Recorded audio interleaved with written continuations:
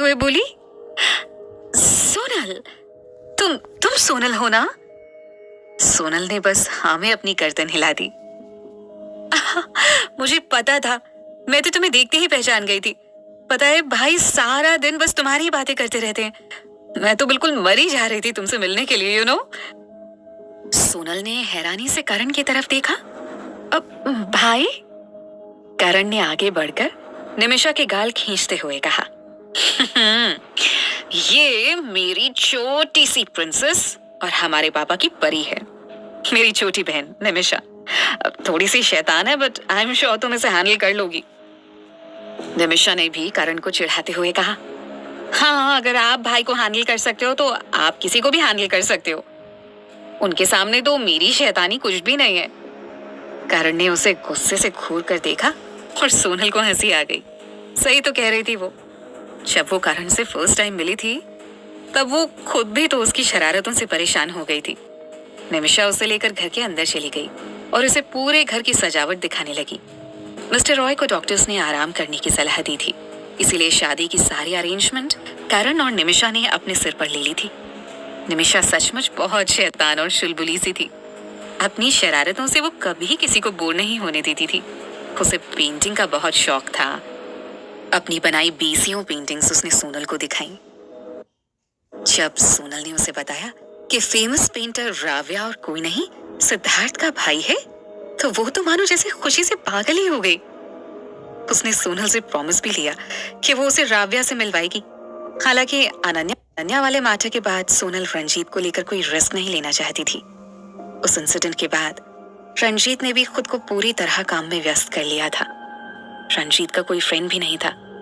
कभी कभार वो बस सोनल के साथ ही अपने दिल की बातें शेयर कर लिया करता था। इसीलिए सोनल भी चाहती थी कि अब रंजीत की जिंदगी में भी वही इंसान आए जो उसके लिए परफेक्ट हो। अगले दिन विनय अपने ऑफिस में बैठा कुछ फाइल्स चेक कर रहा था। राज भी वहीं बैठा किसी से फोन पर बातें कर रहा था। तभी अचानक उसके केबिन का डोर ओपन करते हुए सिद्धार्थ ने अंदर कदम रखा। विनय उसे अचानक वहां देखकर थोड़ा सरप्राइज्ड हो गया था। अरे, आज अचानक यहाँ कैसे? विनय ने उसे एक फेक स्माइल देकर सामने बैठने का इशारा करते हुए पूछा, तो तुझे क्या लगता है मुझे तुझसे मिलने से पहले अपॉइंटमेंट लेनी पड़ेगी? हाँ, बाय द वे, मैं यहाँ तुझे अपनी शादी के लिए इनविटेशन देने आया था। कहते हुए सिद्धार्थ ने अपनी शादी का कार्ड उसके सामने डेस्क पर रख दिया। विनय ने एक नजर कार्ड पर डाली और फिर बोरियत से बोला, तो अगर नहीं भी बुलाता ना तो भी मैं तेरी शादी में आ ही जाता। इतनी फॉर्मेलिटी करने की क्या जरूरत थी? हाँ? उसकी बात सुनकर सिद्धार्थ को हंसी आ गई थी। अबे, ये इनविटेशन तेरी पूरी फैमिली के लिए है। ओके, मुझे एक मीटिंग के लिए जाना है। तू राज से बातें कर, मैं निकलता हूँ। कहते हुए विनय जाने के लिए खड़ा हो गया। अब सिद्धार्थ का ध्यान राज की तरफ गया। हे राज, तुम किसी लड़की को डेट कर रहे थे, राइट? कब कर रहे हो शादी? हाँ? सिद्धार्थ की बात सुनकर आगे बढ़ते हुए विनय के कदम रुक गए थे। उसके चेहरे पर अब टेंशन नजर आने लगी थी। राज ने अब कॉल डिस्कनेक्ट करते हुए कहा, इतनी जल्दी शादी? आपने तो खुद देखा था ना उस दिन होटल में क्या हुआ था।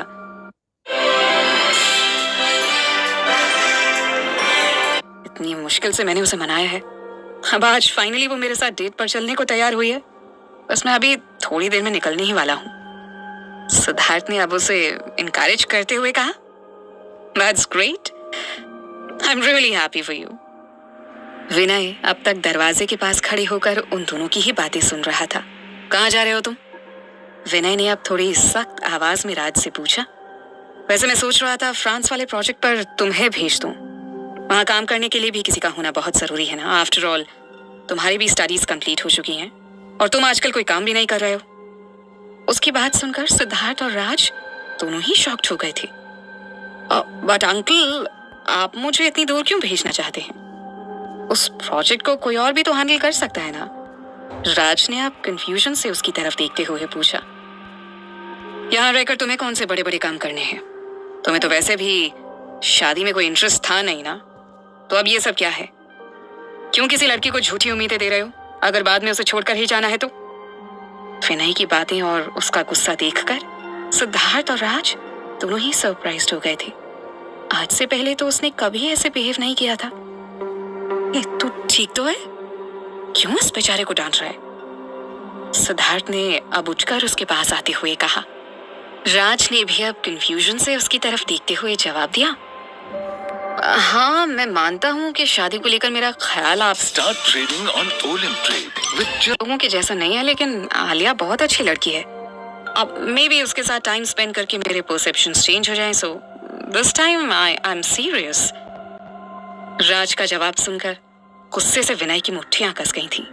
उसने कसकर अपनी आंखें बंद करते हुए एक गहरी सांस ली और लगभग चिल्लाते हुए बोला, but I am damn serious about her, do you understand?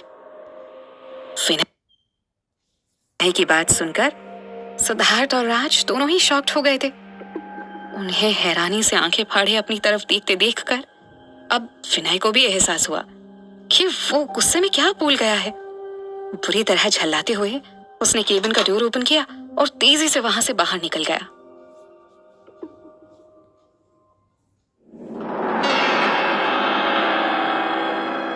Alia इस वक्त एक रेस्टोरेंट में बैठी राज के आने का वेट कर रही थी। ये पहली बार था जब उसने किसी लड़के को खुद डेट के लिए पूछा था। आज वो पहली बार इस डेट के लिए बहुत एक्साइटेड थी, या फिर शायद थोड़ी ज्यादा नर्वस थी। हेलो मैम, आप कुछ लेंगी? अचानक वेटर ने उसके पास आकर अपनी प्रोफेशनल स्माइल बिखेरते हुए पूछा। उसकी आवाज सुनकर आलिया अपने ख्यालों से बाहर आई। नहीं, मैं यहाँ किसी का वेट कर रही हूँ, उनके आने के बाद ही मैं कुछ ऑर्डर कर पाऊंगी। श्योर मैम, करते हुए वेटर वापस चला गया। आलिया ने एक बार टाइम चेक किया और उसकी दिल की धड़कनें तेज होने लगी। आज संडे था, इस वजह से आलिया को काम या क्लासेस की कोई टेंशन नहीं थी। आलिया इतनी नर्वस थी कि आज उसने पूरा दिन रेडी होने में ही लगा दिया था। आलिया पिछले कुछ टाइम से इतनी ज्यादा बिजी थी कि उसे मेकअप करने या खुद की केयर करने का टाइम ही नहीं मिल पा रहा था। राज तो उसे कई बार विदाउट मेकअप देख चुका था, लेकिन आज आलिया ने अपनी सारी मेकअप और ड्रेसिंग स्किल्स शो करने में कोई कसर नहीं छोड़ी। उसने आज पिंक कलर की एक नी लेंथ ड्रेस पहनी थी और खुले हुए कर्ली बालों के साथ लाइट मेकअप यूज किया हुआ था, जिसकी वजह से वो बहुत खूबसूरत लग रही थी। 4 बजने में अब सिर्फ 10 ही मिनट बच गए थे। आलिया के दिल की धड़कनें अब और तेज होने लगी थी। घबराहट के कारण वो वॉशरूम चली गई। वहां से बाहर आने से पहले उसने एक बार अपने मेकअप, बाल वगैरह अच्छे से चेक कर लिए। सब कुछ एकदम परफेक्ट देखकर उसकी जान में जान आई। उसने ये 2-3 बार गहरी सांस लेते हुए खुद को कॉन्फिडेंस दिया और फिर वॉशरूम से बाहर आकर वापस अपनी टेबल पर बैठकर राज का वेट करने लगी। अब शायद आज के बाद उसे किसी और के साथ ब्लाइंड डेट पर जाने की जरूरत नहीं पड़ेगी और अब उसकी सिंगल लाइफ वाले दिन भी खत्म हो जाएंगे। ये सब सोच सोचकर आलिया के चेहरे पर स्माइल आ गई थी। धीरे धीरे घड़ी के कांटे 4 से आगे निकल गए, लेकिन अब तक राज का कहीं कोई पता नहीं था। शायद ट्रैफिक में फंस गया होगा। ये सोचकर आलिया पेशेंस के साथ उसका वेट करने लगी, लेकिन जब 4:30 बजने के बाद भी राज नहीं आया तो उसे फिक्र होने लगी। जब वो दोनों फर्स्ट टाइम एक दूसरे से मिलने वाले थे तब भी कुछ ऐसा ही तो हुआ था ना, लेकिन तब आलिया यहाँ टाइम पर नहीं पहुंच पाई थी। अब कहीं राज उससे उस दिन का बदला तो नहीं ले रहा है? अब नहीं, ऐसा नहीं हो सकता। आलिया ने तो मैसेज में उससे बस इतना ही कहा था कि वो उससे कुछ बात करना चाहती है। उसने उन दोनों के रिलेशनशिप को आगे बढ़ाने के बारे में तो कोई बात की ही नहीं थी। और फिर राज तो खुद भी यही चाहता था ना, तो फिर वो उसे इग्नोर क्यों करेगा? ये सोचकर आलिया ने वहां थोड़ी देर और वेट करने का फैसला किया। लेकिन वो चाहे कितनी भी बिजी क्यों ना हो, एटलीस्ट वो आलिया को कॉल करके इन्फॉर्म तो कर सकती थी ना। आलिया ने अपने फोन की तरफ देखा, वहां कोई कॉल या न्यू मैसेज भी नहीं था। आलिया का दिल कर रहा था कि वो खुद ही उसे कॉल कर ले, लेकिन फिर उसे लगा कि कहीं राज ये ना सोच ले कि वो उससे मिलने के लिए बेचैन हो रही है। इससे तो उसे गलत मैसेज ही जाएगा ना। और फिर ये भी तो हो सकता था कि वो किसी इंपॉर्टेंट काम में बिजी हो या फिर ड्राइव कर रहा हो। ऐसे में उसे डिस्टर्ब करना क्या सही रहेगा? सो उसने उसे कॉल करने का इरादा छोड़ दिया। उसने एक बार रेस्टोरेंट में चारों तरफ नजर दौड़ाई। वहां ज्यादा लोग नहीं थे। उसके पास वाली टेबल पर एक कपल बैठा हुआ था और वहां से कुछ ही दूरी पर एक टेबल पर एक आदमी अकेला बैठा न्यूज़पेपर पढ़ रहा था। उसने अपने चेहरे के सामने न्यूज़पेपर लगा रखा था इस वजह से आलिया उसका चेहरा नहीं देख पा रही थी। आलिया ने एक बार और घड़ी के ऊपर नजर डाली। अब 5 बजने वाले थे। डिसअपॉइंटमेंट में आलिया के मुंह से एक गहरी सांस निकल गई। शायद अब और इंतजार करने का कोई फायदा नहीं था। उसने अपना पर्स उठाया और जाने के लिए खड़ी हो गई। लेकिन तभी रेस्टोरेंट का डोर ओपन हुआ और राज ने अंदर कदम रखा। उसे देखकर ऐसा लग रहा था जैसे वो भागता हुआ वहां तक आया है। उसकी सांसें थोड़ी तेज चल रही थी और उसके बाल भी कुछ बिखरे हुए से थे। सॉरी आलिया, मैंने आपको कुछ ज्यादा ही वेट करवा दिया, लेकिन मैं एक बहुत अर्जेंट काम में फंस गया था, बस उसी में मुझे देर हो गई। राज ने आलिया की टेबल के पास आते हुए कहा। लेकिन जब उसने आलिया को करीब से देखा तो वो जैसे आगे कुछ बोलना ही भूल गया। आलिया आज बाकी दिनों से बहुत अलग लग रही थी। वो तो आज उसके ऊपर से अपनी नजरें भी नहीं हटा पा रहा था। आलिया ने जब उसे एकटक अपनी तरफ देखते देखा तो उसने थोड़ी एम्बैरेसमेंट के साथ जवाब दिया, अब मुझे लगा था आज आप नहीं आएंगे। राज के चेहरे पर अब एक हल्की सी स्माइल आ गई थी। आपने इतने प्यार से बुलाया था, मैं कैसे नहीं आता? कहते हुए वो वहीं आलिया के सामने वाली चेयर पर बैठ गया। वो एक्चुअली मेरे अंकल ने मुझे आज एक न्यू प्रोजेक्ट पर काम स्टार्ट करने को कहा है। पहले तो मुझे वहां पर देर हो गई, उसके बाद मैं जिस रास्ते से होकर यहाँ आया था उस पर मेंटेनेंस का काम चल रहा था। इस वजह से मुझे दूर रास्ते से यहाँ तक आना पड़ा था। बस इन्हीं सब में देर हो गई। लेकिन आप तो अपनी कार से आए हैं ना, फिर आप दौड़ते हुए यहाँ तक क्यों आए? आलिया ने थोड़ी कंफ्यूजन से उसकी तरफ देखते हुए पूछा। वो एक्चुअली यहाँ की पार्किंग में स्पेस नहीं था ना, तो मुझे अपनी गाड़ी रोड की दूसरी तरफ पार्क करनी पड़ी। मुझे लगा कि कहीं लेट होने की वजह से आप नाराज होकर चली ना गई हो, इसीलिए मैं वहां से दौड़ते हुए आ गया। इसके बाद उसने आलिया के हाथ में पकड़े पर्स की तरफ इशारा करते हुए कहा, आई थिंक अगर मैं बस 5 मिनट भी और लेट आता तो शायद आप यहाँ से जा चुकी होती। I am really sorry. आज आपने पहली बार मुझे मिलने के लिए बुलाया था और मैं टाइम पर भी नहीं आ सका। अरे नहीं, इट्स ओके। आलिया ने उसे रिलैक्स करवाते हुए जवाब दिया। रियली? राज ने सरप्राइज्ड होते हुए कहा। तो आज आप मेरे साथ डिनर कर रही हैं? आलिया कोई जवाब दे पाती उससे पहले ही राज के फोन पर एक मैसेज टोन बजी। एक्सक्यूज मी, कहते हुए राज ने मैसेज ओपन किया। मैसेज विनय का था। 1 घंटे के बाद तुम्हारी फ्लाइट है फ्रांस के लिए। तुम्हारा सामान एयरपोर्ट पर पहुंच गया है। जितनी जल्दी हो सके एयरपोर्ट पहुंच जाओ। राज ने यह मैसेज देखा और उसका चेहरा मुरझा गया। विनय ने आज ऑफिस में जो कुछ भी कहा था उससे अंदाजा लगाना मुश्किल नहीं था कि वो आलिया को पसंद करता था। राज को आलिया अच्छी लगती थी, लेकिन अभी वो उसे लेकर इतना सीरियस नहीं हुआ था। वो तो बस उन दोनों की रिलेशनशिप को एक मौका देना चाहता था। और फिर वो अभी ये भी तो श्योर नहीं था ना कि आलिया क्या चाहती है। राज के डैड और विनय कजिन्स थे, इस वजह से विनय रिश्ते में राज का अंकल लगता था। लेकिन उन दोनों की एज में बहुत ज्यादा डिफरेंस नहीं था। उन दोनों का बचपन एक साथ ही बीता था। जितना राज विनय को जानता था उसके हिसाब से उसने विनय को जल्दी किसी भी चीज पर अपना हक जताते हुए कभी नहीं देखा था। लेकिन अगर वो कभी किसी चीज पर अपना हक जता देता था तो फिर वो चीज कभी किसी और को लेने नहीं देता था। तो फिर वो उस लड़की को कैसे खुद से दूर होने दे सकता था जिससे वो प्यार करता था। सही मायने में अगर देखा जाए तो आलिया के लिए विनय ही एक परफेक्ट मैच था। राज ने अभी अपना करियर शुरू भी नहीं किया था, लेकिन विनय अपनी लाइफ में पूरी तरह सक्सेसफुल, रिच और पावरफुल था। किसका मैसेज है? आलिया ने उसके फोन की तरफ देखते हुए पूछा। राज ने अब अपना फोन साइड करते हुए कहा, मेरे अंकल का। वो मुझे एक नए प्रोजेक्ट के लिए फ्रांस भेजना चाहते हैं। उसके जाने की बात सुनकर आलिया एक पल के लिए सरप्राइज्ड रह गई थी। राज ने अब तुरंत उसकी तरफ देखते हुए कहा, वैसे मैंने तो उम्मीद ही छोड़ दी थी कि आप कभी मुझे दिल से माफ करेंगी। जब आपने मुझे यहाँ मिलने के लिए बुलाया तो मुझे तो यकीन ही नहीं हुआ था। मैंने तो कैलेंडर के आज की डेट को रेड मार्क कर दिया है, क्योंकि आज का दिन मेरे लिए बहुत स्पेशल है। अब से हर साल मैं इस दिन मेरा लकी डे सेलिब्रेट किया करूंगा। उसकी बात सुनकर आलिया को जोर की हंसी आ गई थी। हंसते वक्त उसकी दोनों आंखें बंद हो गई थी और गालों पर डिंपल पड़ने लगे थे। राज ने जब उसे देखा तो वो तो मानो जैसे सब कुछ भूल ही गया था। उसे एक टक अपनी तरफ देखता देखकर आलिया चुप हो गई। क्या क्या यार आलिया, 1 घंटे के लिए भी लड़कियों की तरह बिहेव नहीं कर सकती है क्या तू? इतनी मेहनत से तैयार होकर मेकअप शेकअप करके यहाँ आई थी ताकि अपने रिलेशनशिप में सिंगल कटाक हटा सके।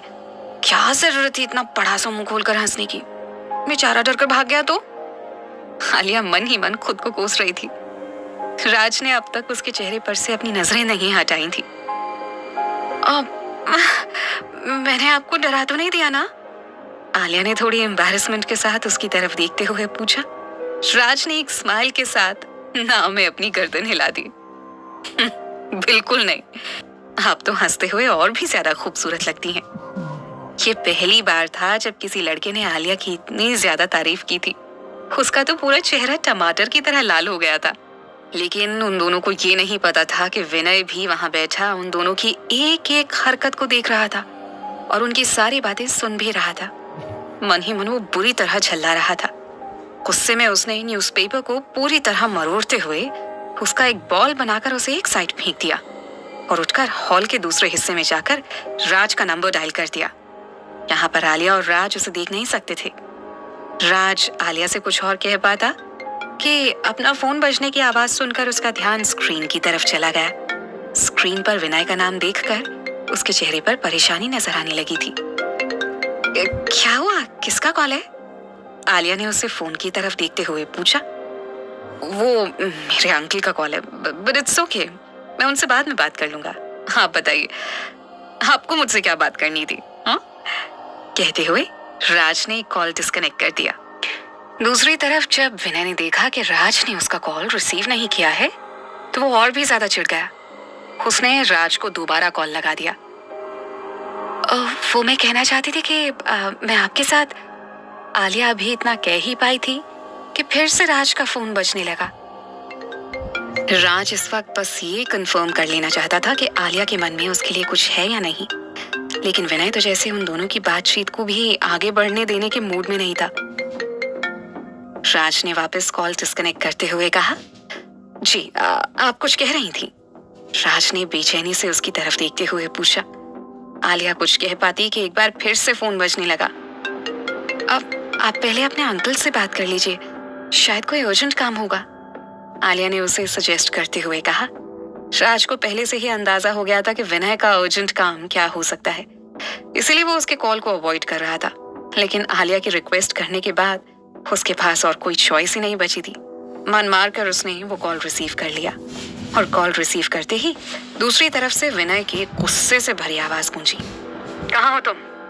मैंने तुमसे कहा था ना, तुम जहां भी हो, जो भी काम कर रहे हो, सब छोड़कर इसी वक्त एयरपोर्ट पहुंचो। कुछ ही देर में तुम्हारी फ्लाइट है फ्रांस के लिए।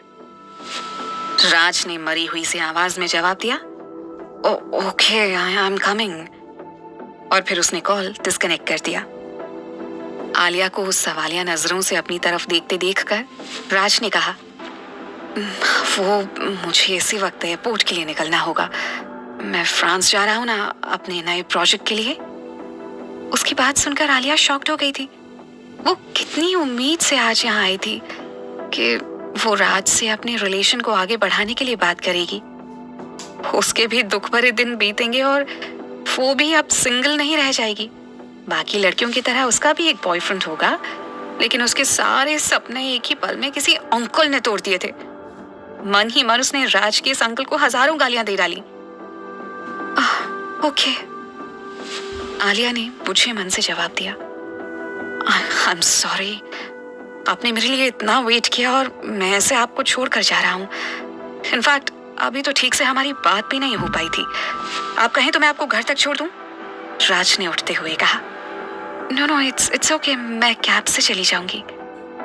आपको अब एयरपोर्ट के लिए निकलना चाहिए, वरना आप लेट हो जाएंगे, आलिया ने तुरंत उसे मना करते हुए कहा। ओके, तो फिर मैं चलता हूँ, राज ने एक हल्की सी स्माइल के साथ अपने बालों में हाथ फेरते हुए कहा और फिर उसे बाय बोलकर दरवाजे से बाहर निकल गया। आलिया ने डिसअपॉइंटमेंट में दोनों हाथों को टेबल पर रखते हुए उसके बीच अपना सिर रख लिया। आलिया, तू पूरी लाइफ सिंगल ही रहने वाली है यार, कुछ नहीं हो सकता तेरा। उसने अपने लिए कॉफी ऑर्डर की और अपनी कॉफी खत्म करने और बिल पे करने के बाद वो भी वहां से निकल गई।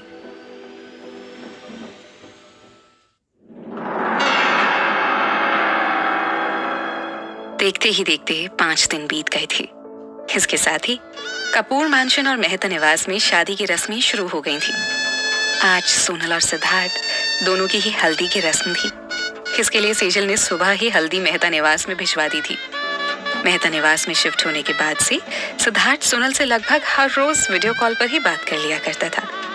लेकिन शादी की रस्में शुरू होने के बाद सोनल अब इतनी बिजी हो गई थी कि वो उससे बात भी नहीं कर पा रही थी। हर वक्त कोई ना कोई उसके पास होता ही रहता था। इस वजह से वो सिद्धार्थ का कॉल अवॉइड कर रही थी। ये लड़की मेरा फोन क्यों नहीं उठा रही है?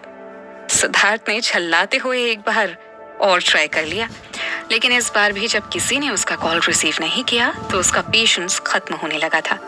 उसने अपनी गाड़ी की चाबी उठाई और बिना किसी को बताए चुपचाप मेहता निवास की तरफ निकल गया। घर के सामने वाले लॉन में बहुत सारे गेस्ट्स के साथ मिस्टर रॉय भी बैठे नजर आ रहे थे। अब सिद्धार्थ सीधे सीधे गेट से अंदर तो जा नहीं सकता था ना, सो उसने पीछे से सोनल के रूम में जाने का डिसीजन लिया। अपनी गाड़ी को वहां से थोड़ी दूर पर पार्क करने के बाद वो बैकयार्ड में आ गया। यहाँ से सोनल का कमरा साफ नजर आ रहा था। सिद्धार्थ ने इधर उधर नजर डाली। एक पाइप से होते हुए उसे ऊपर चढ़ने का रास्ता भी नजर आ गया। वहां से ऊपर आते हुए वो बालकनी में एंटर कर गया। जैसे ही उसने सोनल के रूम की तरफ जाने के लिए अपने कदम बढ़ाए, किसी ने अपने हाथ आगे बढ़ाते हुए उसका रास्ता रोक लिया। सिद्धार्थ ने अपनी नजरें उठाकर सामने देखा। सामने करण हाथ बांधे खड़ा था। Business tycoon mister Siddharth Roy Kapoor, ऐसे चोरों की तरह छुप छुप कर यहाँ क्यों आए हो? हाँ? सिद्धार्थ ने उसे देखा जरूर, लेकिन उसे पूरी तरह इग्नोर कर दिया और अंदर की तरफ अपने कदम बढ़ा दिए। ये देखकर करण ने फिर से उसे रोकते हुए कहा, क्यूरी पाई से मिलने आए हो ना, तुम उससे नहीं मिल सकते। सिद्धार्थ ने अब एक फेक स्माइल के साथ उसकी तरफ देखते हुए कहा, रियली? हाँ, और कौन रोकेगा मुझे? तुम? वैसे किस हक से रोकोगे तुम मुझे? हाँ? इतना कहकर सिद्धार्थ एक पल के लिए रुका और फिर उसके कान के पास आते हुए धीरे से बोला, कहीं तुम उसके कजिन तो नहीं हो? सिद्धार्थ का इतना कहना था कि करण पूरी तरह झल्ला गया। उसने अब सिद्धार्थ की तरफ अपनी उंगली पॉइंट करते हुए कहा, don't try to be so smart. Siddharth ने अब उसकी शर्ट का कॉलर ठीक करते हुए कहा, वेल, मुझे ट्राई करने की कोई जरूरत नहीं है क्योंकि मैं ऑलरेडी बहुत स्मार्ट हूँ। नाउ प्लीज एक्सक्यूज मी, मेरी वाइफ मेरा इंतजार कर रही होगी। करण ने गुस्से में कुछ बोलने की कोशिश की, लेकिन तब तक सिद्धार्थ सोनल के रूम में एंटर कर चुका था। करण को अचानक एक कॉल आ गया और उसे मजबूरी में नीचे जाना पड़ गया।